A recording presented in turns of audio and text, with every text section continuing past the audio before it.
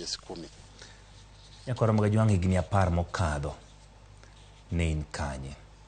Sigana ma wakelo ni karalipote ni en higni apar nyaka ne kweth njore mar Al-Shabab tim monj kendo ka ji maromo 71 otho kata wito ngimagi ka mohingo 250 ne ohinyore. Mokum jok mane otony e monj mane otimore kar timo ohala ma Westgate Mall ma yudore kaunti ma Nairobi pod ni kod buok e ngimagi ka giparo kaka monjno ne okelo lal e Kenya ka.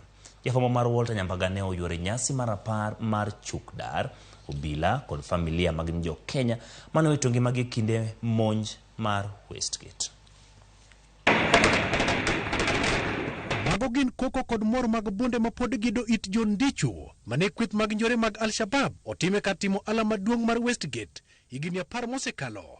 John pimonwa picha ma en godo kendo pok nowe kod ngima makare. Si tulisikia milio za bunduki. After kusikia si watu walilala chini wote.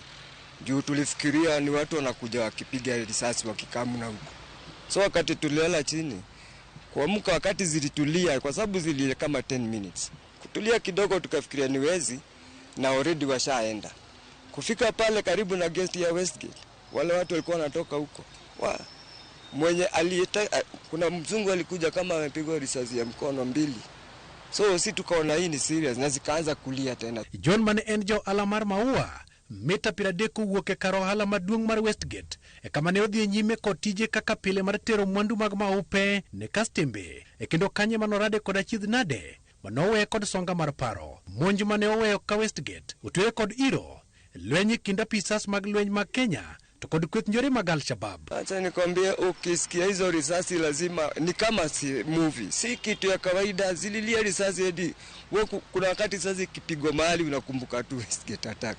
Ndio tuliona makara wamekuja wameenda mpaka huko ndani nao wakatoka juu. Kuna hata mmoja alipigwa risasi ya mguu. Rapar mara yango maro mujo Kenya 71 mane owito ngimagi kod ji moingo 250 mane oyudo hinyruok ne obagi kuonde mag timo ala Nairobi ka kaka TMR man kod chukdar mag rita luora karo ala mare Maramol kanyakla kod Junction Mall maduto gin kuonde mane menyo okenge mag arita kwe moseketi. Chenro mane otele kod bod mochung' ne kembe mag ji giwegi mag chukdar machiwo arita pacho ka kotelle kod Fasul Mohamed to kod Dr. Uria Fatima. Westgate should never be forgotten in any known time, because it's a tragedy that defined our country and its security, and I think it was the first time we all woke up to the reality that a lot of private installations are guarded by private security officers, and therefore they need the relevant mandated training to deal with such topmost agenda, perhaps intelligence. Riwruok mar kembe chukdar ekoro yango ni gin kod chenro mar chiwo tiegruok mar dweche 2 mabiro dimbo chukdar kod ojusi moromo e kendo fwenyo maling'ling minyal chiw ne obila mapiyo. Tok tieko tiegruok